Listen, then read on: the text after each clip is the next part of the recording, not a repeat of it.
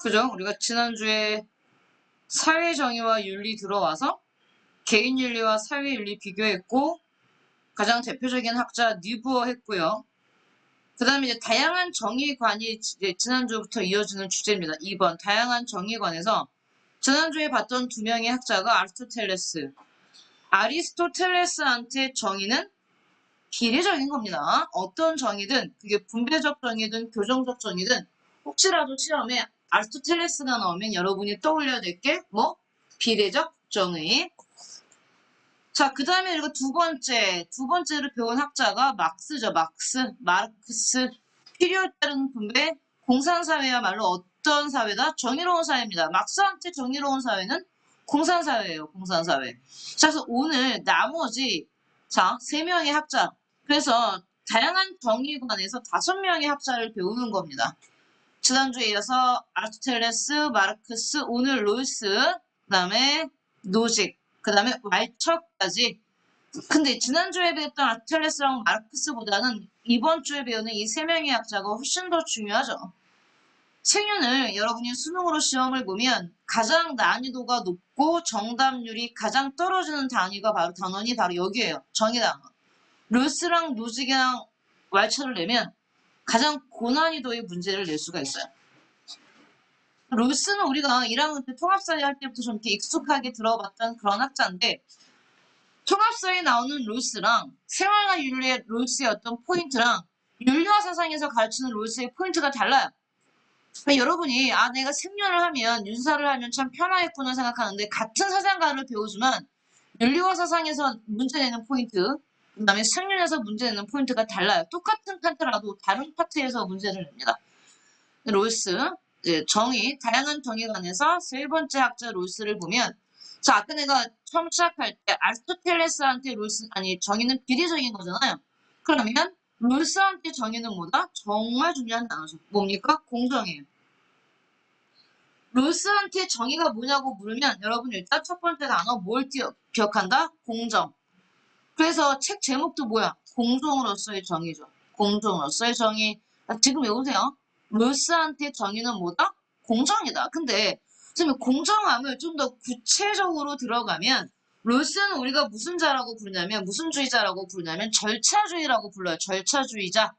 롤스를 절차주의자라고 부르는 건 롤스가 말하는 이 공정으로서의 정의에서 공정은 뭐의 공정이야? 절차의 공정이야.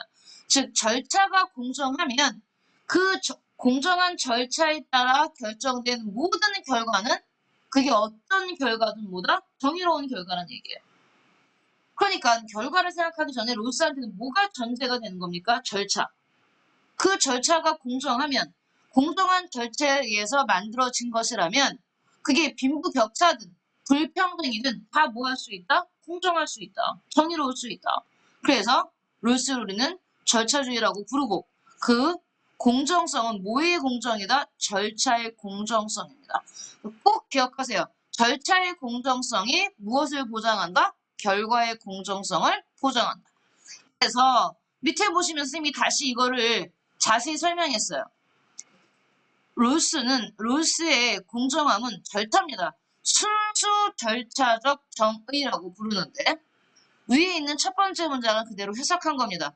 결과의 옳고 그름을 판단할 수 있는 독립된 기준이 없다. 이 말이 뭐냐면, 자, 어떤 사람이 어떤 결과를 봤더니 어떤 사람은 불을 이만큼 갖고 있고 어떤 사람은 불을 10 갖고 있어. 그럼 이게 선생님, 이 결과는 과연 정의로운 건가요? 아니, 결과의 옳고 그름을 따질 수 없다잖아요.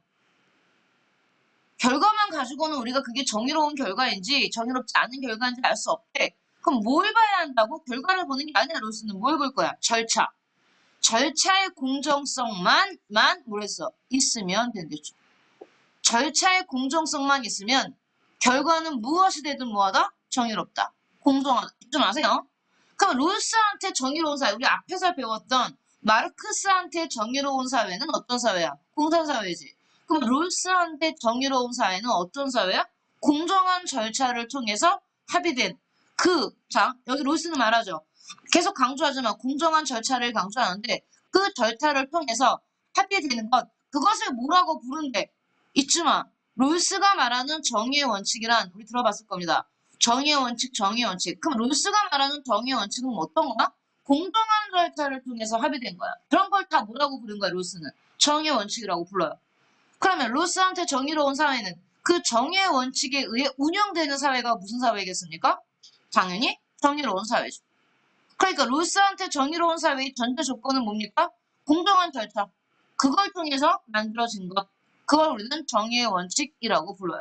그러면 지금까지 계속 선생님이 첫 번째, 두 번째, 세 번째 줄에 걸쳐서 강조한 게 바로 뭡니까? 공정한 절차죠. 선생님, 공정한 절차라는 게 굉장히 추상적이에요. 확 와닿지가 않아요, 선생님. 이제 공정한 절차를 구체화시켜 봅시다.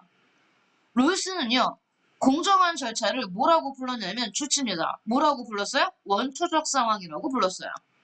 이게 롤스가 부르는 공정한 절차입니다. 롤스한테 공정한 절차는 원초적 상황, 다른 말로 원초적 입장, 또 다른 말로 뭐라 해서 가상의 상황이야. 즉 현실적인 상황이 아니라 롤스가 만들어낸 가상적인 상황을 공정한 절차라고 말하는 거야. 그럼 여기 봐봐, 다들아 위에.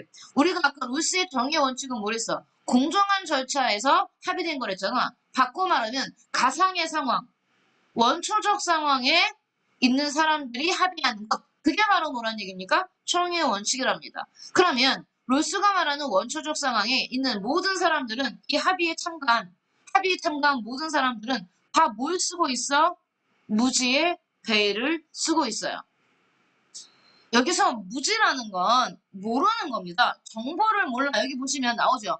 자, 이 정의의 원칙을 만들기 위해서 합의에 참여한 모든 사람들은 뭐에 대해서 무지한 거냐면 자기 자신이 처해 있는 상황에 대해서 무지한 겁니다.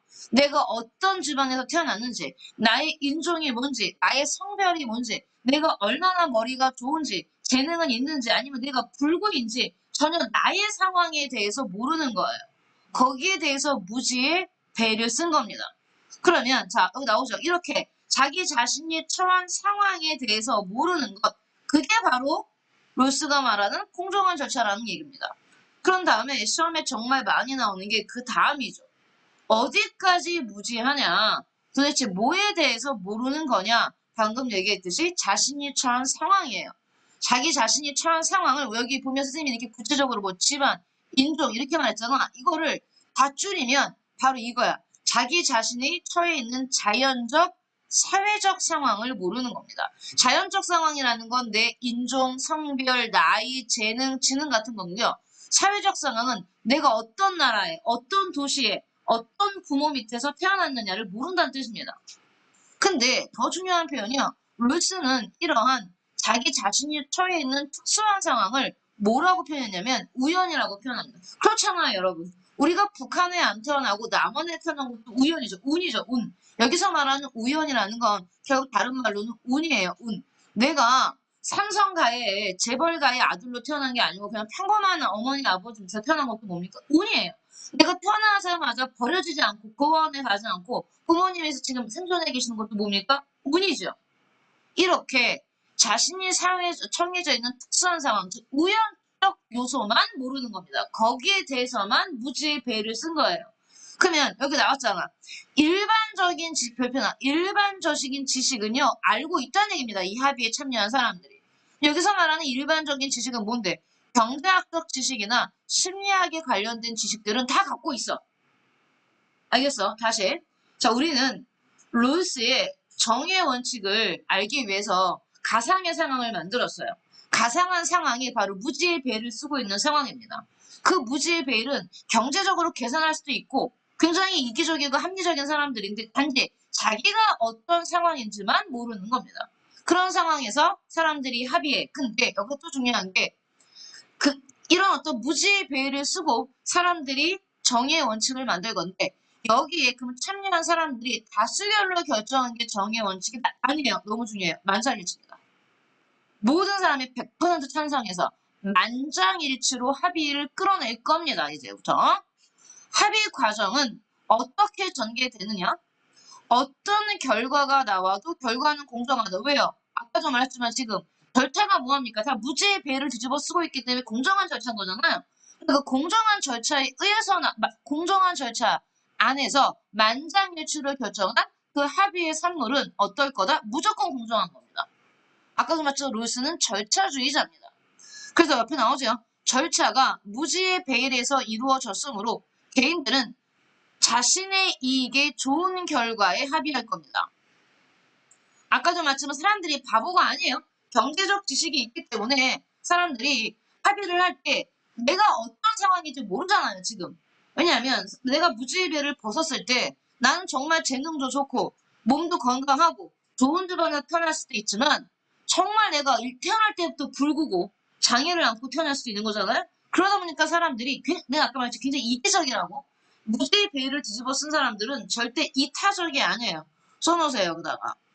또한 이기적입니다. 이기적. 이기적 인간이에요. 다른 사람을 생각하지 않아요. 무지의 배를 쓴 사람들은 이타적 인간이 아닙니다. 남을 생각하지 않아요. 내 자신에게 유리한 쪽, 내 자신에게 유리한 쪽으로 결과를 낼 겁니다. 그래서 자신의 이익에 좋은 결과에 사람들이 합의한 겁니다. 자신의 이익이란 자기가 무지의 배를 벗었을 때 뭐가 될 수 있기 때문에 최소 수혜자가 될 수 있기 때문입니다. 최소 수혜층의 이익을 향상시켜줄 수 있는 그런 결과에 사람들이 합의할 거란 얘기예요. 옆에 뜻도 나왔어요. 무지의 배를 벗었을 때 자신의 상황이 최하일 경우를 대비하기 때문에 그렇다는 얘기입니다. 알겠죠? 무지의 배를 벗었을 때 자신의 상황이 최악일 경우를 대비하기 때문에 사람들은 최소 수혜층의 이익을 향상시켜줄 수 있는 결과에 합의해요. 그래서 그 합의의 결과 나온 게 바로 뭐야? 그 2번에 정의의 원칙인 거예요. 알겠죠? 지금까지 정의의 원칙을 도출하는 어떤 가상의 상황, 공정한 절차에 대해서 설명했어요. 그럼 룰스는 이러한 공정한 상황에서 나온 합의, 그거를 뭐라고 부른다? 정의의 원칙입니다. 그러면 정의의 원칙은 우리 여기서 봤지만 어떤 원칙이야? 최소 수혜층에게 가장 큰 이익이 가도록 하는 그러한 결과가 나왔단 말이야. 이건 바꿔 말하면 자, 내가 내 자신의 상태, 어떤 집안, 어떤 재능, 어떤 인종으로 태어났는지는 다 우연이기 때문에 이 사람들, 이 이기적인 사람들이 무지의 배를 뒤집어 쓰고 내린 정의의 원칙은요. 우연의 차이를 줄이려는 이게 이 말이에요. 최소수혜층의 이익을 향상시켜준다는 얘기는 우연의 차이를 감소시키는 결과를 갖고 온다는 뜻입니다. 우연의 차이. 그럼 우연의 차이를 감소시킨다는 게 뭐야? 가난하거나 재능이 없거나 어려운 환경에 처해 있는 사람들에게 많은 혜택을 줘야 우연의 차이를 감소시킬 거 아닙니까? 그죠? 자, 그럼 이제 구체적으로 공정한 절차에 의해서 나온 이 정의 원칙은 룰스에 의하면 이게 정의 원칙은 무조건 옳은 거예요. 왜? 절차가 공정했잖아요, 아까. 사람들이 절차가 어땠어요? 다 무지의 배를 뒤집어 쓰고 합의한 결과잖아요. 여기에 대해서는 딴지를 걸 필요가 없는 거죠. 게다가 순서도 굉장히 중요합니다. 분명히 룰스는 말했어요. 여기 보시면 나중에 뭐라고 표현합니까? 여기 정의의 제1원칙은 이 원칙에 우선한다는 얘기는 뭐가 더 중요하다는 얘기냐면 1원칙이 더 중요하다는 얘기입니다. 정의의 제1원칙과 정의의 제1원칙이 있어요. 롤스한테. 그러면 롤스의 정의의 제1원칙이 뭐야? 뭐라고 불러? 평등한 자유의 원칙이라고 부릅니다. 이게 이름이에요. 평등한 자유의 원칙이라고 부르는 거. 이게 롤스의 제1원칙입니다. 그러면 평등한 자유의 원칙은 자유와 관련된 기본권을 보장한다는 얘기입니다. 누구에게나 평등하게. 더 중요한 건 여기서 중요한 단어는 뭐야? 자유예요. 평등한 자유에서 평등이 중요한 게 아니고 중요한 건 자유입니다. 자유의 원칙입니다. 누구에게나 모든 사람들에게 평등한 자유를 준다. 자유와 관련된 기본권. 그러면 우리는 이게 정법을 하기 때문에 자유와 관련된 기본권이 얼마나 광범위한지 알죠? 신체의 자유, 재산의 자유, 언론의 자유 아시잖아요. 출판, 집회, 결사의 자유, 그 수많은 자유. 자유와 관련된 기본권. 뭐 있다고요? EX 표시하시면 신체의 자유, 가장 광범위한 게 신체의 자유. 그 다음에 정말 중요한 건 재산입니다. 재산권은 자유권에 들어갑니다. 양심의 자유, 언론, 출판, 집회, 결사의 자유가 있었죠. 등등등등. 그래서 루스는 자유주의자예요. 자유주의자. 기본적으로. 그래서 평등한 자유의 원칙이 더 먼저예요. 그 다음에 이제 제2원칙으로 가는데 루스의 제2원칙은 다시 두 개로 나눕니다. 차등의 원칙과 공정한 기회균등의 원칙. 그래서 크게는 두 개고요. 디테일하게 루스의 정의의 원칙은 세 개입니다. 무지의 베일을 뒤집어 쓴 사람들이 이 세 개의 룰을 만들어냈어요. 세 개의 룰. 외우세요. 평등한 자유의 원칙, 그 다음에 차등의 원칙, 그 다음에 공정한 기회균등의 원칙. 차등의 원칙이라는 거, 아까도 말했지만 루스는 불평등이 뭐하다고 말했습니까? 정당화할 수 있다고 말했어요. 불평등이 정당할 수 있다. 단, 전제 조건이 있지. 불평등이 정당해지려면 전제 조건이 필요해요. 그 나라의 모든 사람, 특히 그 중에서도 누구? 최소수혜층의 이익을 향상시켜주는 그러한 전제 하에서의 불평등은 정당하다. 이런 얘기입니다. 그러면 선생님, 그 나라 모든 사람, 특히 그 중에서 최소수혜층에게 이익을 주면서 나올 수 있는 불평등은 어떤 불평등이에요? 돈을 많이 버는 사람들한테 세금을 좀 더 많이 걷어서 복지정책을 통해 가난한 사람들을 구제할 수 있으면 그런 사회라면 경제적인 불평등 인정한다는 얘기입니다. 정당하다는 뜻이에요. 나오죠. 우연에 따른 불평등은 어떻게 줄일 수 있느냐? 동그라미 쳐 세금이죠. 세금을 통해. 다른 말로 세금은 소득 재분배 정책이에요. 많은 사람한테 많이 걷어서 적은 사람한테 주는 거잖아. 소득 재분배 정책을 통해 최소수혜층의 이익을 향상시켜준다면 그렇다면 뭐야? 불평등은 뭐 해줄 수 있다? 정당해질 수 있다. 너무 중요해. 그냥 문장을 달달달 외워. 루스 같은 경우는 이게 루스의 차등의 원칙입니다. 루스의 차등의 원칙. 세금, 즉 소득 재분배 정책을 통해 최소수혜층의 이익을 향상시켜줄 수 있다면 그러한 불평등은 뭐하다? 정당하다. 이게 루스 정의의 제2원칙 중에 2-1 차등의 원칙에 대한 설명입니다. 그럼 루스 정의 원칙 제2-2 공정한 기회균등의 원칙이죠. 그럼 여기 봐봐. 누구에게나 기회를 공정하게 주겠다는 얘기입니다.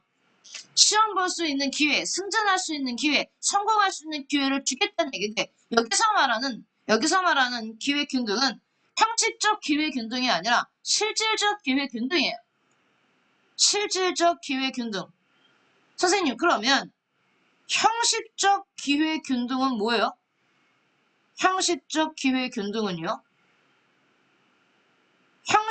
기회균등은요? 개인의 특성을 고려하지 않는 개인의 특성을 생각하지 않는 그러니 뭐 이런 거 있죠. 우리 형식적 기회균등 같은 경우는 수능 시험은 형식적 기회균등이에요. 그냥 누구나 같은 시간에 같은 날 보잖아요. 하지만 장애인 주차구역 같은 건 뭡니까? 그건 실질적 기회균등이죠. 장애인은 보통 사람보다 더 편리한 곳에 출입구에 가까운 곳에 주차구역을 배치하죠. 다른 것은 다르겠습니다. 아리스토텔레스가 말했을 때 그게 실질적 기회균등이에요. 개인의 특수성을 고려한단 말이에요. 이거는 개인의 특수성을 고려한 기회균등. 즉 예를 들어 경제적 약자들에게는 그들을 위한 아까 말했던 장애인 같은 경우나 아니면 생활이 어려운 국민 이런 사람들한테는 뭘 해주는 겁니까? 그냥 다른 사람과 똑같은 기회를 주는 게 아니라 적극적 우대 조치를 해주는 거예요. 그래서 우리가 입시제도 같은 데도 보면 그죠? 사회적 배려자 출신이라거나 뭐 고향이 함경도라든지 즉 탈북 주민의 자녀들이란지 아니면 직접 탈북한 청소년들이 있거든요. 그런 친구들한테는 대입 때 어떤 다른 특별 전형을 통해서 대학에 입학할 수 있는 기회를 주는 거 그게 바로 실질적 기회균등이죠. 그러면 역시 롤스는 말합니다. 만약에 이렇게 실질적 기회균등을 했음에도 불구하고 어쨌든 결과로는 뭐가 나타날 수 있습니까? 불평등이 나타날 수 있죠. 그럼 불평등은 뭐 하겠다는 얘기입니까? 인정한다는 얘기예요. 그래서 롤스의 정의의 제2원칙, 차등의 원칙이든 공정한 기회균등의 원칙이든 롤스는 또 강조하고 있는 거예요. 절차가 공정했으면 불평등한 결과도 공정하다. 그러니까 막스랑 달라요. 마르크스는 공산주의자지만 루스는 자유주의자입니다. 자유주의자이기 때문에 일단 정의 제1원칙이 바로 뭐야? 개인의 자유입니다. 자유. 자유를 일단 더 앞에 놓고 그런 다음에 뒤에 가서 소득 재분배 정책에 대한 얘기를 하는 겁니다. 그래서 루스가 한 유명한 말이 있어요. 이 말만 보세요. 모든 사람에게 이익이 되지 않는 평등보다 이건 뭘 말하는 거냐면 모든 사람에게 이익이 되지 않는 평등. 이거는 뭐 공산주의를 빗댄 거야. 다 같이 못 사는 거지. 똑같이 평등한데 다 못 살아. 그런 것보다는 못 사는 사람도 있고 잘 사는 사람도 있더라도 이익이 되는 불평등이 낫다. 우리는 이 문장에서 룰스의 사상을 엿볼 수 있어요. 아, 룰스는 역시 자유주의자구나 라는 느낌을 가질 수 있습니다. 우리 완전은 몇 페이지냐면 83페이지 보면 룰스가 나옵니다. 이렇게 나옵니다. 롤스의 정의의 원칙 해가지고 나와요. 제1원칙, 모든 사람은 기본적 자유에 대해서, 여기서 중요한 단어가 뭐라고? 자유야. 기본적 자유. 1원칙은 자유에 관련된 얘기야. 자유에 대하여, 근데 그 자유, 기본적 자유를 어떻게 주겠대? 동등하게 주겠다고 하기 때문에 이게 평등한 자유의 원칙이 되는 겁니다. 제2원칙, 사회적, 경제적 불평등은, 자, 불평등을 인정하긴 하는데, 전제 조건이 최소수혜자에게 최대의 이익이 되어야 되고, 그게 이제 2-1 차등의 원칙이라고 보고, 두 번째 2-2 기회는 공정한 기회는 어떻게 주겠다? 균등하게. 자, 원칙에 따라 모두에게 개방된 직책과 직위에 결부된다. 이게 2-2 공정한 기회 균등의 원칙이 되는 겁니다. 그래서 룰스는 다시 뭐라고? 절차주의자. 룰스의 특징 두 가지 외우세요. 룰스의 정의는 공정이고요. 거기서 말하는 공정은 절차입니다. 그 룰스는 절차주의자면서 무슨 주의자다? 자유주의자다. 놓치지 마세요. 절차주의면서 자유주의자다. 자, 우리 두 번째 노직 합시다. 노직 우리 프린트 보세요. 그러면 자, 아리스토텔레스한테 정의는 비례, 룰스한테 정의는 공정, 노직한테 정의는 뭡니까? 발표합니다. 소유 권리죠. 소유 권리로서의 정의, 소유 권리로서의 정의라고 말합니다. 거기 노직도요. 노직도 절차주의자고요. 노직도 자유주의자예요. 그러면 선생님 롤스와 노직의 공통점은 둘 다 절차주의자. 시험 진짜 많이 나왔습니다. 노직과 롤스는 둘 다 뭐라고 말해? 절차가 공정하면 결과도 공정하답니다. 알겠어요? 이건 윤사에도 나와요. 생률만 나오는 게 아니고 노직과 롤스 절차가 공정하면 결과도 공정하다. 여기는 안 써있지만 여러분 써놓으세요. 노직 얘도 똑같이 따옴표 하시고요. 절차가 공정하면 결과도 공정하다 라고 써놓고 얘 절차주의자, 얘 자유주의자입니다. 자, 룰스도 자유주의자고 노직도 자유주의자인데 어떤 차이가 있냐면 차이 있어요. 확실히 있어요. 노직의 소유 권리로서의 정의에서 여기서 말하는 소유 권리는 어떤 소유 권리냐면 그냥 소유 권리가 아니고 앞에 반드시 뭐가 붙어야 돼? 정당한 소유 권리여야 됩니다. 그러면 만약에 그 소유가 정당하다면 그러한 정당한 소유를 보호하는 사회, 지켜주는 사회, 그런 사회가 정의 있고 곧 정의로운 사회가 되는 겁니다. 이 사람한테 정의는 뭐야? 정당한 소유 권리. 그 소유 권리가 보장되는 사회입니다. 그러면 여기서 정당성, 계속해서 소유 권리가 정당해야 된다고 말했는데 선생님 정당한 소유는 뭐예요? 또 나오죠. 얘가 왜 절차주의인지 알겠죠? 소유하는 그 과정이 어때야 돼? 그 절차가 소유 과정이 뭐야? 정당해야 된다는 얘기입니다. 소유하게 된 절차, 소유하게 된 과정이 정당하다면 그 결과는 정당한 겁니다. 자, 그럼 이런 얘기죠.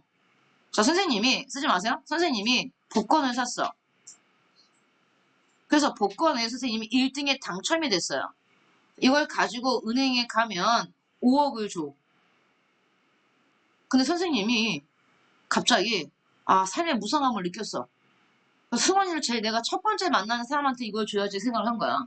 근데 선생님이 그날 복권을 가지고 마음을 딱 먹는 순간 첫 번째 만난 애가 승원이야. 선생님한테 이걸 줬어요. 승원이한테. 승원이 5억짜리야. 에이 선생님 아니 5억짜리라니까? 승원이한테 들고 가봤더니 저거 5억이에요. 지금 승원이는 뭐 한 게 있습니까? 노력한 거? 없지요. 우연히 날 그냥 만났잖아. 그럼 승원이가 받은 그 5억은 과연 정당한가? 정당해요. 왜? 훔친 게 아니잖아. 달라고 강요한 거 아니잖아. 선생님이 준 거잖아. 그럼 선생님은 그 복권을 내가 훔친 거 아니잖아. 내가 내 돈 주고 산 거예요. 그리고 당첨된 겁니다. 내 운에 의해서. 그런데 내가 누군 겁니까? 정당하게, 그 봐봐. 선생님이 그 복권을 갖게 된 어떤 과정이 어때요? 정당하죠? 내 돈을 주고 내가 복권 가게 가서 사서 당첨을 확인하고 마음을 먹고 누구한테 준 거야? 승원이한테 준 거기 때문에 노직은 이렇게 승원이가 최종적으로 5억을 갖게 된 과정이 정당하다면 얘가 노동을 했든 안 했든 자기가 무슨 노력을 했든 안 했든 그냥 뭐야 그 5억을 정당한 소유 권리가 되는 거예요. 그래서 노직은 말해요. 노직은 정말 싫어하는 게 이거야. 불편합니다. 너무 많이 나와. 이 표현을 시험에 맨날 선택지로 나오는 표현만 정형적 분배라는 표현을 쓰거든요. 선택지에. 문제에서 정형적인 분배에 반대한다 이렇게 말하는데 그러면 도대체 정형적인 분배가 뭐야? 우리가 통합사회 1학년 때 분배를 배웠거든요. 그때 분배의 기준에 뭐 필요에 따른 분배 기억나세요 혹시? 필요에 따른 분배, 업적에 따른 분배, 능력에 따른 분배 이렇게 말합니다. 분배 기준. 필요에 따른 분배 누구야? 마르크스잖아. 우리 배웠잖아. 능력에 따라 이러고 필요에 따라 분배한다. 즉 필요한 사람한테 주는 거예요. 그러면 보통 우리가 필요에 따른 분배는 현대사회, 그럼 우리나라에도 필요에 따른 분배가 있지요. 사회보장제도 중에서 가난한 사람들에게 나가는 건 필요에 따른 분배죠. 그 다음에 능력에 따른 분배, 업적에 따른 분배. 우리 현대사회에서 가장 많은 분배 기준이 업적이야. 여러분 수능은 뭐에 따른 분배입니까? 업적에 따른 분배. 여러분 수능이 등급을 자르는 건 성적에 따라 쭉 잘라가지고 대학 입시를 결정한다는 얘기는 여러분이 성적이라는 결과 그 업적을 얼마큼 가졌냐에 따라서 뭐 성적을 뭐 분배하는 거잖아요. 이게 가장 일반적인 분배 방식의 업적 같은 게 그리고 능력은 뭡니까? 능력은 가능성을 보는 거예요. 가능성을 이 사람이 앞으로 이렇게 성장할 가능성이 있으니 이 사람한테 장학금을 주자. 오케이? 그러면 우리가 알고 있는 게 이게 바로 일반적인 분배 기준 아닙니까? 근데 이런 일반적인 분배 기준을 노직은 정형적인 분배라고 부르면서 여기에 반대합니다. 아니, 그럼 아까 승원이가 받은 이 5억은 승원이가 필요해서 5억 받은 거예요? 아니죠. 승원이가 능력에서 받은 거야? 가능성이 있어서 선생님이 얘한테 준 거야? 넌 앞으로 미래 가능성이 있어? 아니잖아. 그렇다고 승원이가 뭘 없다고 아니잖아요. 그냥 우연히 내가 첫 번째 만난 사람이기 때문에 받은 거야. 그런데도 불구하고 너 지금 그게 뭐하게? 정당하다잖아요. 왜? 얘가 만약에 받은 결과가 뭐하기 때문에 절차가 공정하기 때문에 정당하기 때문에 이 표현 꼭 알아도 노직은 어떤 분배에 반대했다? 정형적인 분배에 반대했다. 이게 왜 중요하냐? 왜 필요한 사람한테 주냐? 왜 업적에 따라 주냐? 내가 그 어떤 재산이든 그게 뭐든 내가 정당한 어떤 절차 그 과정에 의해서 가졌다면 내가 그걸 가지고 만약에 내가 정당한 어떤 과정을 통해서 내가 내 재산을 취득했다면 그 재산을 가지고 내가 불을 지르든 5만 원짜리 화폐를 선생님이 5억 원으로 바꾼 다음 5억을 승환이가 5만 원짜리 지폐를 바꾼 다음에 그거를 이렇게 쌓아놓고 불을 지르고 있는 거예요. 그럼 유튜버에 방송에 상관없다는 얘기예요. 알겠어요? 오케이? 아니 그거 아깝게 필요한 사람을 주지. 자기 자유지. 노직은요. 달라요. 누구랑? 룰스랑 많이 달라요. 정당한 절차. 이거를 노직은 뭐라고 불러요? 정의의 원칙이라고 불러요. 아까 룰스한테 정의의 원칙은 뭐였습니까? 걔도 역시 공정한 절차에 의해서 합의되는 게 정의의 원칙이잖아. 하지만 룰스의 공정한 절차는 뭐였어? 무지의 배를 썼단 말이야. 우연적인 요소를 없애기 위해서. 근데 얘는 우연을 다 인정한다니까? 아까 승환이가 5억을 손에 냈건 건 우리가 설명할 수 있는 게 딱 한 가지밖에 없잖아요. 승환이가 어떻게 5억을 손에 넣게 됐어? 운이 좋아서. 오케이? 얘는 운을 완벽하게 다 인정해요. 봐봐요. 노직은요. 정의의 원칙, 그 절차를 1번, 2번, 3번 과정으로 설명했습니다. 첫 번째, 최초 취득의 원칙. 최초로 어떤 재산을 취득하게 된 건 어떤 게 정의로운 거냐? 자, 최초로 취득할 때 그게 자기 노동의 산물이어야 됩니다. 단, 내 노동의 산물인데 단 타인에게 피해가 발생하면 안 된다. 이런 얘기죠. 그럼 아까 복권 얘기를 해볼게요. 선생님이 최초로 복권을 취득하게 된 계기가 뭡니까? 내가 직접 복권 가게에 가서, 그죠? 선생님의 돈을 주고 그 복권을 샀잖아요. 그럼 이건 내 노동이 뭐 된 겁니까? 타인에게 피해 안 줬죠? 내가 복권 가서 복권한 거가 누구한테 피해를 줍니까? 그죠? 타인에게 피해를 안 주고 내가 직접 걸어가서 내 노동력을 가지고 내 돈을 가지고 샀기 때문에 최초 취득의 원칙이 어떤 겁니까? 정의라는 거죠. 그런 다음에 양도. 수호한테 줬잖아요. 자유롭게 양도한 겁니다. 자유롭게. 자유롭게. 자유롭게. 어떤 강압에 의하지 않았어요. 그러면 소유 권리가 성립되고 여기에 의해서 받게 된 건 정당하다. 정당해.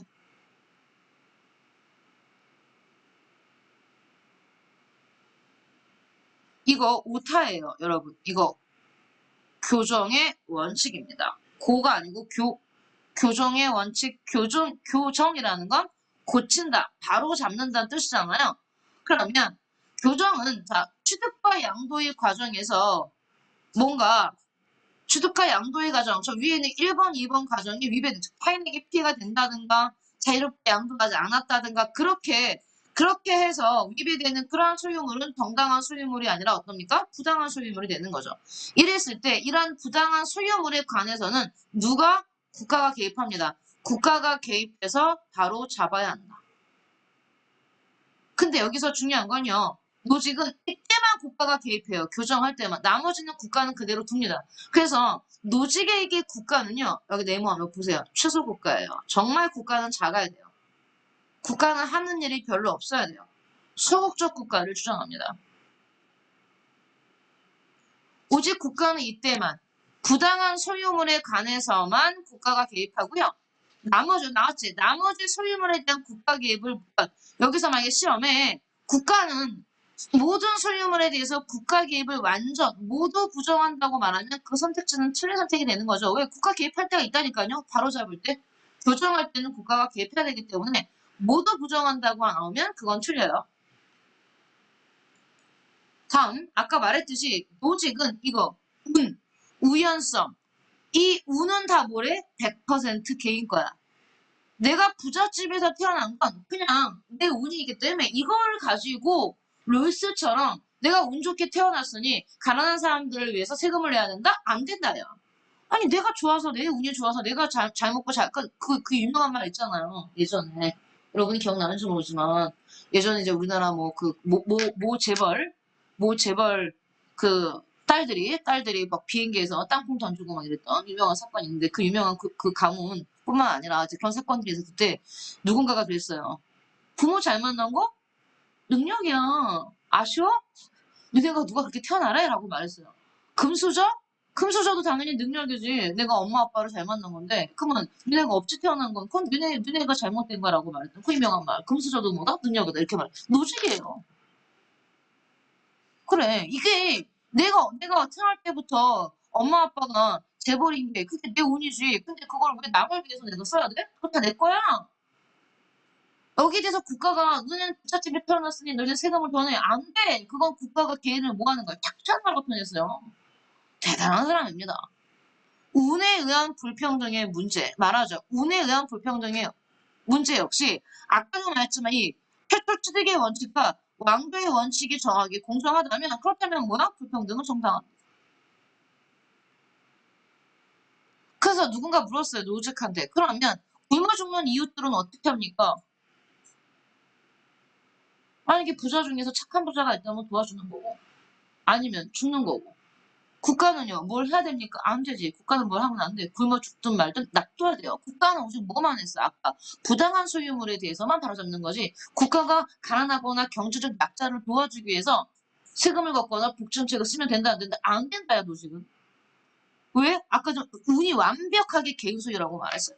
그래서 노직은 자유주의자 중에는 무슨 주의자입니까? 온리 자유지상주의자라고 부릅니다. 자유지상주의자. 개인의 소유 권리에 대한 자유를 강조했어요. 그래서 여기 꼭 줄점입니다.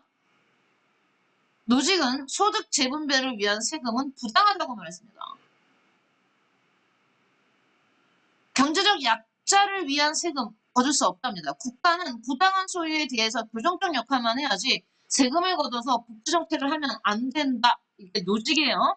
노직과 룰스를 비교하셔야 됩니다. 그러면 노직은 뭐라고 말했어? 억울해? 억울하면 다시 죽고 태어납니다. 다시 죽고 태어나. 네가 멕시코에 가장 가난한 집안의 딸로 태어난 건 네 운이잖아. 오케이. 누가 좋아하겠어요? 자본주의자가 정말 좋아하겠죠, 노직. 진짜 좋아합니다. 아, 다 자기 거래잖아요. 다음요. 왈처. 자, 마지막 학자고요. 왈처에게 정의는 뭐다? 왈처에게 정의는 복합 평등으로서의 정의. 지금 말이 어려워요. 복합 평등이 뭐예요? 쉽게 표현할게요. 다원적 평등. 지금 그게 더 어려워요. 아니에요. 쉬워요. 설명 들으면. 왈처에게 정의는 뭐다? 다양한 정의, 다원적 평등, 다양하다. 굉장히 분야가 다양하다는 걸 기억하시면 됩니다. 자, 왈처 얘기할게요. 왈처는 자, 사람들이 누구나 갖고 싶어하는 분배의 대상은 다른 말로 사회적 가치라고 부르는데 사회적 가치가 하나가 아니고 굉장히 여러 분야로 나눌 수 있다고 말해요. 사회적 가치는 다양하다. 그래서 이 편 쓸 거 오늘 다양하다. 그래서 어떤 것들이 있냐? 뭐 돈도 있고 권력도 있고 복지도 있고 다양한 사회적 가치가 있어. 근데 이걸 어떻게 나눌 거예요? 우리 아까 보면 여기 롤스가 노직이 말한 정형적 분배의 기준 보면 뭐 필요에 따라 분배하고 업적에 따라 분배하고 능력에 따라 분배하고 등등의 분배 기준이 있는데 왈처는 이런 어떤 다양한 사회적 가치를 분배하는 건 이렇게 표현해요. 나라마다 다르다고요. 여기 보면 여기 각 공동체 여기서 말하는 공동체의 가장 뭐 일반적인 단위는 국가겠죠. 국가로 나온다면 각 공동체 즉 각 국가마다 그 나라마다 가지고 있는 문화적, 역사적 상황이 틀리겠죠. 나라마다 문화적, 역사적 특수성이 반영되기 때문에 사회적 가치가 다 나라마다 다르다는 얘기예요. 그렇겠죠. 어떤 나라에서는 뭐 예를 들어서 뭐 종교적인 나라가 있다면 거기서 그 나라에서 종교적 덕목이 굉장히 중요한 가치가 될 수도 있는 거 아닙니까? 이렇게 나라마다 지역마다 사회적 가치가 다르다. 이거부터 기억하시고요. 각 사회마다 사회적 가치는 다르다. 그러면 사회적 가치가 국가마다 다양하니까 분배 기준 역시 뭐하다? 다양하다. 이게 핵심이에요. 왈처의 핵심. 분배 기준을 정의의 원칙이라고 부르고 왈처는 그러한 정의의 원칙 역시 다양하다. 그러니 정의의 원칙을 정할 때 이리 봐봐. 왈처는 앞에서 말한 롤스랑 노직에게 다 반대하고 있는 거예요. 알겠어요? 롤스의 정의의 원칙, 뭐 1원칙, 2원칙 이렇게 말했잖아. 그 다음에 노직의 소유권리스 원칙 이것도 얘네들의 공통점, 롤스와 노직의 공통점은요. 나라마다 다르다고 표현하지 않았어요. 그냥 딱 하나의 기준을 정한 거잖아. 그지? 하지만 왈처는 뭐야? 아니야. 나라마다 시대마다 달라. 그러니 정의의 원칙도 어때? 다 달라. 인도의 정의의 원칙이 틀리고 중국의 정의의 원칙이 틀리고 대한민국의 정의의 원칙이 틀리다고 말하는 게 그게 왈처의 뭡니까? 복합평등. 다양한 다원적 평등입니다. 다원적 평등으로서의 정의가 되는 겁니다. 그리고 왈처한테 정의로운 사회는 어떤 사회야? 아까 왈처가 말한 이런 복합평등이 실현되는 사회. 다원적 평등이 실현된 사회야말로 무슨 사회야? 정의로운 사회입니다. 그럼 한번 볼게요. 왈처가 말하는 도대체 이 복합평등이 뭔지. 일단 영역도 다양해요. 경제적인 영역, 정치적인 영역, 사회적 영역이 있고 그 영역마다 또 사회적 가치가 틀리지. 경제적 영역에서 가장 중요한 사회적 가치는 돈이겠죠. 다음에 정치 영역에서 중요한 건 권력. 사회 영역에서 중요한 가치는 복지. 그러면 봐. 영역에 따라 자 아까 정의의 원칙이 뭐랬니? 분배 기준이 했잖아. 왈처의 분배 기준 이게 정의의 원칙이면 돈은 어떻게 분배해? 얘들아 이거 능력. 돈은 능력에 따라 분배해. 즉 잘 벌 수 능력이 좋은 애들은 돈을 많이 가질 수 있는 거고요. 능력이 떨어진 애들은 돈을 못 버는 겁니다. 그것도 보세요. 권력도 뭡니까? 권력도 능력이에요. 얘는 교환 능력, 돈 버는 능력이고 이건 토론 능력이야. 복지는 뭐예요? 필요죠. 필요한 사람한테 가는 겁니다.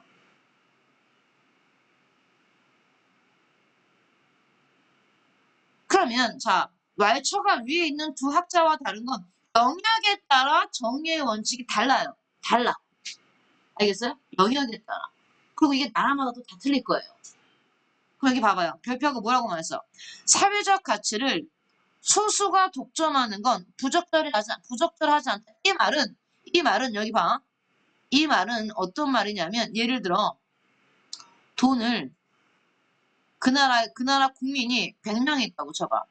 100명의 국민이 있는 나라에서 돈을 한 명이 다 독점하고 있다.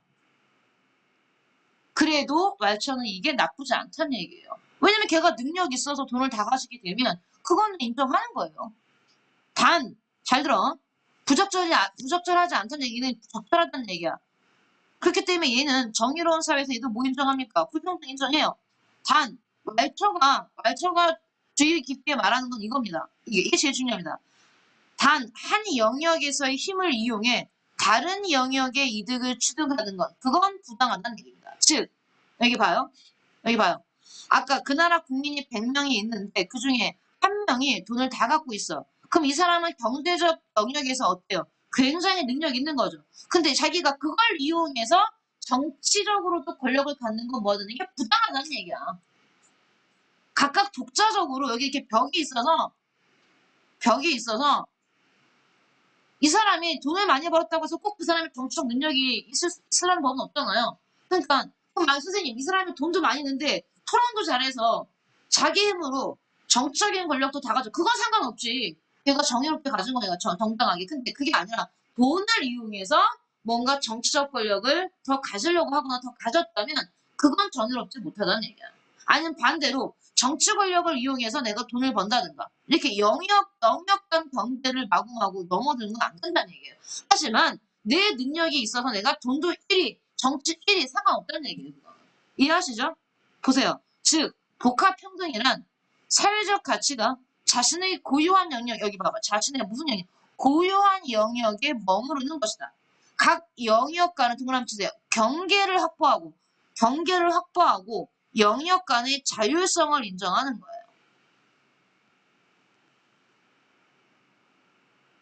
그러면 왈처가 싫어하는 게 뭐냐면 이거지. 전제라는 단어. 혹은 지배라는 단어. 왈처한테 전제 또는 지배는요 이겁니다. 영역 간의 경계가 무너져 있는. 즉 우리 봉건제 사회에서 왕 같은 경우 어땠어요? 전제죠. 왕이 정치적 권력도 갖고 부도 갖고 있잖아요. 그런 건 안 된다는 얘기야. 이렇게 영역 간의 경계가 무너진 상태, 그런 상태야말로 아니면 전제가 없는 상태야말로 복합평등이 이루어진 상태. 그래서 왈처는 말합니다. 모든 종류의 전제나 지배는 존재해서는 안 된다. 모든 종류의 전제나 지배가 존재해서는 안 된다. 이게 왈처의 주장입니다. 자, 이어서 보면 자, 그 다음에 나오는 게 뭐에 대한 얘기냐면 노직이 룰스를 비판하는 얘기가 나와요. 왈처까지 하고 난 다음에 노직이 룰스를 비판한 거. 자, 두 사람의 주제는 일단 정의 원칙이고 노직의 룰스 비판인데 왜 왈처랑 룰스가 나왔습니까? 지금 잘못 쓴 거죠.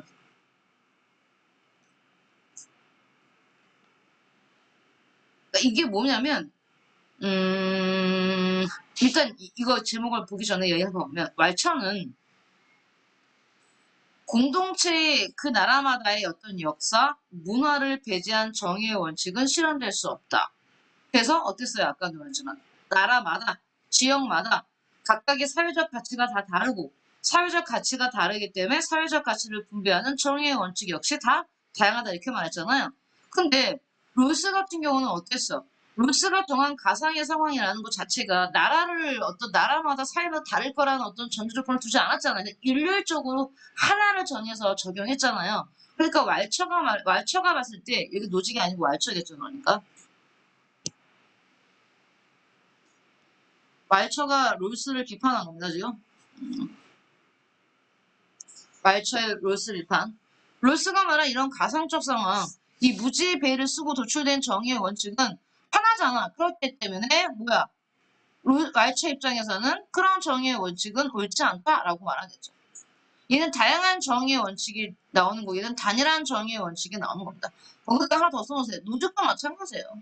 그러니까 왈처 입장에서 롤스와 노직을 비판할 수 있는 겁니다. 즉 롤스와 노직은 니네 둘 다 뭘 다양한 공동체의 역사문화적 상황을 고려하지 않았다. 그래서 너희가 만들어낸 정의 원칙은 하나인데 단일한데 그러면 안 된다고 말을 하는 거죠. 누가? 왈처가. 누구에게? 롤스와 노직에게. 오케이? 이해가죠? 자, 그 다음은 이 세 명을 뭐 한 겁니까? 비교한 겁니다. 넘기시면 제가 지금까지 했던 걸 정리해서 한눈에 볼 수 있게 롤스, 노직, 왈처를 비교한 표예요. 다시 한번 여러분이 나중에 이걸 놓고 외우시면 롤스의 정의관은 공정으로서의 정의, 노직은 소유 권리로서의 정의, 왈처는 복합 평등으로서의 정의죠. 그래서 롤스의 정의의 원칙은 다 분배 방식인데 롤스는 어떻게 분배해? 이거지. 우연의 차이를 최대한 줄이는 방식으로 합니다. 여기서 말하는 우연이라는 건 어떤 개인의 자연적 사회적 상황을 말해요. 어떻게 태어났는지에 대해서 그런 어떤 우연적 차이를 감소시키는 방향으로 분배 방식을 정했다라면 노직은 소유 권리가 뭐하면 정당한 절차와 과정에 의해서 뭐하면 얻어지면 그러한 소유 권리는 어떻다? 당연히 다 정당하다. 노직 같은 경우는 역사적 과정을 강조했다. 이 말이 무슨 말인지 알아야 돼. 역사적 과정을 강조했다란 말이 뭐냐면 아까 봤잖아요. 최초 취득의 원칙. 최초로 그 땅을 갖게 된 게 나의 노동을 투여해서 그 땅을 갖겠다. 그 다음에 양도. 그러면 지금 너희가 살고 있는 집, 그 집이 이게 저희 집이에요. 어떻게 너희 집이 되니? 저희가 집주인한테 돈을 주고 샀어요. 그럼 그걸로 끝나면 안 돼. 그 집주인 역시 그 집을 정당하게 취득했어야 돼. 그 거슬러 올라가면 정말 심각하게 얘기하면요. 구석기 시대 때 이 한반도 땅이 우리 거라고 말하는 순간까지 가야 됩니다. 그래서 뭐라고 표현하는 거야? 역사적 과정이라고 말하는 거야. 역사적 과정. 자, 다음. 왈처의 복합평등으로서의 정의 원칙의 기준은 왈처는 앞으로 무슨 말씀 계속 말하지만 뭐야? 다양해. 기준이 하나가 아니야. 영역이 여러 개이기 때문에 분배 기준 역시 어때야 돼? 다양해. 그런 겁니다. 다음. 정의 원칙을 도출하죠. 룰스는 당연히 정의 원칙을 도출하는 과정이 무지의 배제라는 뭘 이용합니까? 가상적 상황을 이용하죠. 하지만 노직과 왈처는 둘 다 가상적 상황을 부정합니다. 다음 여기에 관련된 거. 즉 우리는 불평등이 운이잖아요. 운. 어디에 어떤 나라의 어떤 부모님 밑에서 어떻게 태어나느냐. 그 우연에 대해서 룰스는 자 우연의 차이를 감소시키는 방향으로 정의 원칙을 정한다면 즉 다른 말로 이 말이 뭐야? 최소수혜자에게 최소수혜자를 포함한 모든 사람에게 이게 되는 식으로 분배 원칙을 정한다면 그런다면 불평등은 뭐든 다 허용 가능하다. 불평등에 대해서 얘기하는 거야. 노직 역시 당연히 불평등 정당화 가능하죠. 단, 이제 전제 조건이 있죠. 절차와 과정이 어때야 됩니까? 정당해야 되죠. 정의 원칙, 최초 취득의 원칙, 양도의 원칙 이런 게 정당하다면 불평등은 정당하다. 당연히 왈초도 불평등 허용하죠. 각 영역 안에서 즉 경제적인 영역이나 사회적 정치적인 영역은 자기 능력에 따라 획득했다면 그러한 불평등은 뭐한다? 허용한다. 다 허용합니다. 세 명 다 공통점이에요. 알겠어요? 공통점입니다. 다음, 조금 더 심화 깊게 들어가면 롤스는 평등한 자유의 원칙을 강조하면서 자 아까 여기 평등한 자유적 기본권에 들어간 거 다시 한번 나왔어요. 그래서 제일 중요한 게 이 롤스의 자유권 안에 모두 들어갑니다. 당연히 사유재산에 들어갑니다. 노직은 이거 아까 봤죠? 정형적이라는 표현 쓰는 정형적 원리에 의한 분배 그거 비판했어요. 왈처는 롤스의 정의의 원칙을 비판했죠. 그 각 사회 공동체만의 어떤 특수한 상황을 고려하지 않았다는 것에 대해서 비판했습니다. 자, 롤스는 평등한 자유의 원칙에 따라 사유재산은 평등하게 분배해야 된다. 이 말 너무 중요해요. 봐봐, 얘들아 이거 똑같아 보이지? 니네가 이거 읽으면 자 밑에 거 없지? 읽어봐 그냥. 평등한 자유의 원칙에 따라 사유재산은 평등하게 분배해야 된다. 이 문장 맞아? 틀려요. 아래 문장은 맞아요. 평등한 자유의 원칙에 따라 사유재산권은 평등하게 분배된다. 여러분. 이거 잘 봐주세요. 같이 나오니까 너희가 찾을 수 있어. 잘 봐. 롤스가 말한 사유재산 권, 이건 기본권이야. 기본권. 기본권 중에 무슨 권이야? 이거 자유권이야. 그러니까 롤스는 당연히 기본권인 자유권은 모든 사람에게 어때? 평등하게 분배되어야겠지. 하지만 사유재산을 평등하게 분배하라고 이건 공산주의야. 알겠니? 그런데 이 단어 한자, 이 글자 하나 때문에 어떤 건 맞는 문장 되고 어떤 건 틀린 문장 돼. 근데 이걸 내가 두 개 같이 해놨으니까 너희는 맞추지만 만약에 밑에 거 없이 위에 거 나오면 틀렸나? 다시 밑에 거 없이 위에 거 나오면 헷갈리겠어 안 헷갈리겠어? 이래서 틀려요. 선택지가 나오면.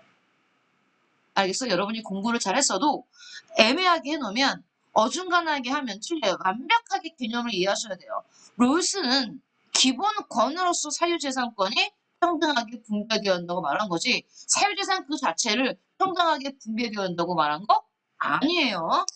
오케이. 여기까지 우리 프린트로 선생님이 프린트 보셔서 자세하게 얘기한 겁니다. 앉아보시면요. 완자 역시 아까 봤던 거 83페이지 보시면 노직의 정의의 원칙에 나오죠. 노직의 정의의 원칙. 그래서 취득의 원칙. 재화의 최초 취득이 합법적이고, 그러니까 최초 취득이라는 게 정말 거슬러 올라가면 어마어마하게 옛날로 올라갈 수 있어요. 최초 취득이 합법적이고 정의로워야 한다. 이전, 양도입니다. 주는 거. 이전의 원칙. 이를 통해 획득한 재화는 자유로운 개인들 간의 교환을 통해 정당한 대가를 주고 교환을 통해 이루어질 때 정의롭다. 부정. 만약에 부정이 있다면 그건 뭐 해야 돼? 교정해야지. 누가? 이때는 국가가 나서서 교정할 겁니다. 취득과 양도의 과정에서 정의롭지 않은 부정의가 있었다면 이를 교정해 주어야 한다. 그래서 이런 정의의 원칙 1, 2, 3을 모두 만족시킨다면 그 소유권은 뭐하다? 정당하다. 라고 본 겁니다. 여기 옆에 보시면 나왔잖아요. 국가 주도의 소득 재분배에 관한 노직의 입장은 반대입니다. 국가는 나서서 소득 재분배 하지 말라고 그랬어요. 노직은 개인이 합법적이고 정당하게 취득한 재산에 대해 개인의 소유권을 강조했다. 따라서 그는 국가에 의한 소득 재분배를 그러면 선생님 여기 주셔봐요. 국가에 의한 소득 재분배가 뭐예요? 복지정책이죠. 복지정책이에요. 여기에 대해서 노직은 부정적으로 바라보았습니다. 다음요. 왈천. 정의 원칙들은 그 형식에서 그 자체가 자원주의적이다. 자, 이 표현 나오면 정의 원칙이라고 말했는데 뒤에 뭐랬어? 정의 원칙은 자원주의적이다. 그러면 더 이상 읽지 마세요. 말투예요. 상이한 사회적 가치들은 상이한 근거들에 따라 상이한 절차에 맞게 상이한 주체에 의해 분배되어야 한다. 어떤 사회적 가치 X도 X의 의미와는 상관없이 단지 누군가가 다른 가치 Y를 가지고 있다는 이유만으로 Y를 소유한 사람들에게 분배되어서는 안 된다. 지금 이게 무슨 말이에요? 아까 말했듯이 돈이 많다고 해서 다른 영역에, 정치적인 영역에까지 힘을 뻗어서 권력을 가지면 안 된다는 뜻입니다. 다음요. 앞에 다시 볼게요. 앞에 우리 어느 책? 82페이지로 가면 82페이지 이제 여기 다양한 정의관에서 롤스 노직, 왈처, 우리 지난주에 마르크스까지 배웠고요. 자, 우리 프린트에는 없지만 우리 교재에 있는 한 명 누가 나옵니까? 벤담이 나옵니다. 공리주의자 벤담. 벤담은 공리주의자답게 이 사람한테 정의로운 건 뭡니까? 이 사람한테 정의로운 분배는 역시 사회 전체를 놓치어 개인이 아니라 사회 전체가 얻게 될 이익 총량. 사회 전체가 얻게 될 이익 총량을 뭐하는 것? 극대화하는 것. 그것이야말로 무슨 분배다? 정의로운 분배다. 벤담까지 나와 있고요. 자, 그 다음에 이제 교과서 내용으로 뭐가 나오는 거냐면 분배적 정의의 윤리적 쟁점이라는 얘기가 나옵니다. 지금까지 우리는 다양한 정의에 대한 생각들을 받고 근데 쭉 살펴보니까 대부분이 이 롤스든 노직든 왈처든 막스든 벤담이든 정의에 대해서 얘기할 때 뭘 얘기합니까? 분배에 대해서 얘기하죠. 어떻게 분배하는 게 정의로운 분배냐를 얘기했기 때문에 그 아래에 이게 나오는 겁니다. 분배적 정의, 윤리적 쟁점. 그러면 여러 명의 학자들이 각각 분배의 정의에 대해서 말했는데 여러분과 내가 살고 있는 오늘날 사회에서 이 분배를 둘러싼 윤리적 쟁점에는 뭐가 있을까? 첫 번째, 자, 우리 들어봤죠? 적극적 우대 정책이라는 말. 그래서 우대 정책, 누구를 우대할 것이냐인데, 우리 사회에서 누구를 자, 모든 사람을 우대하는 건 우대 정책이 아니잖아요. 어떤 특정한 집단이라든지 어떤 그룹을 우대하는 거잖아요. 그럼 여기서 우대 정책의 뜻은 바로 해요. 특정 집단, 특정 그룹이 지금까지 겪어온 어떤 부당한 차별을 바로잡기 위해 평등을 위한 차별을 영원히는 아니야. 한시적으로 일정 기간 허용하는 정책입니다.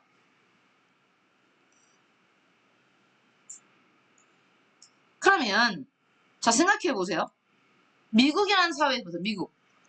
미국 사회에서 흑인이라는 특수한 집단이죠. 흑인 그룹. 흑인들은 미국이라는 나라가 탄생하기 이전부터 미국이라는 나라가 독립하기 이전부터 이 미국 땅에서 오랜 세월 동안 부당한 차별을 받았죠. 차별을 받은 이유가 딱 하나예요. 단지 피부색이 다르다는 이유만으로 차별을 오랫동안 받아왔어요. 그러니 지금 이 사람들이 만약에 300년 동안 차별받았다고 쳐봅시다. 예를 들어 300년 동안 부당하게 차별을 받아왔기 때문에 그런 부당한 차별을 바로잡기 위해서 즉 백인과 다른 인종들과 평등하게 하기 위해서 현재 뭐 하는 거야? 다시 차별하는 거야. 즉 이들한테 더 많은 혜택을 주는 거야. 백인보다 더 많은 혜택을 주는 겁니다. 그럼 차별이잖아요. 백인과 흑인이 있을 때 흑인한테 더 준다는 얘기는 백인 입장에선 차별이잖아. 근데 그 차별은 어떤 차별이야? 평등으로 가기 위한 차별이잖아요. 그걸 우리는 뭐라고 부른다는 얘기입니까? 우대 정책이라고 부른다는 얘기입니다. 우대 정책. 그러면 사례를 보면 여기 봐봐요. 우리나라 정치에도 여성 할당제가 있단 말이에요. 여성 할당제. 그러면 왜 여성에게만 이렇게 할당을 하냐? 여성은 인류 역사가 생긴 이래 너무나 긴 세월 동안 부당한 차별을 받았잖아.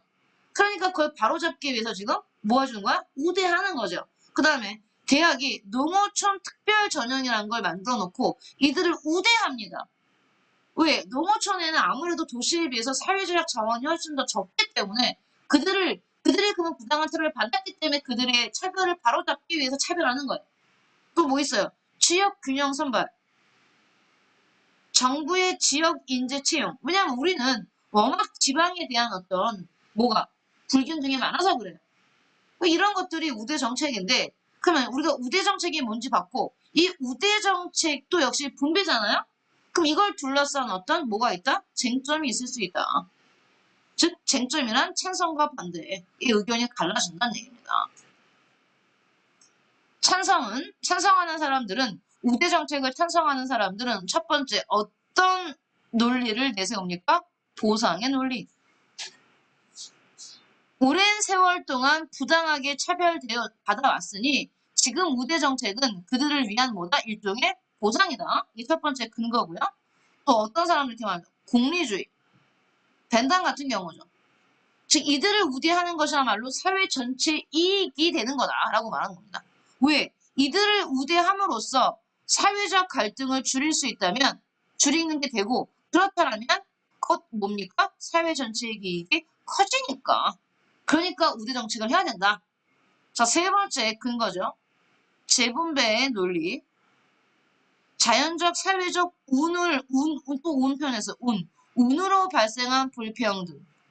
즉 장애를 가지고 태어난 사람들 있잖아요. 태어날 때부터. 그런 사람들을 우대하는 건 자연적인 운이잖아요. 그것 때문에 불평등해졌잖아요. 태어나는 순간부터 어떤 장애, 불치병이나 아니면 희귀병을 앓고 있는 사람들은 태어나는 순간부터 경쟁에서 떨어져요.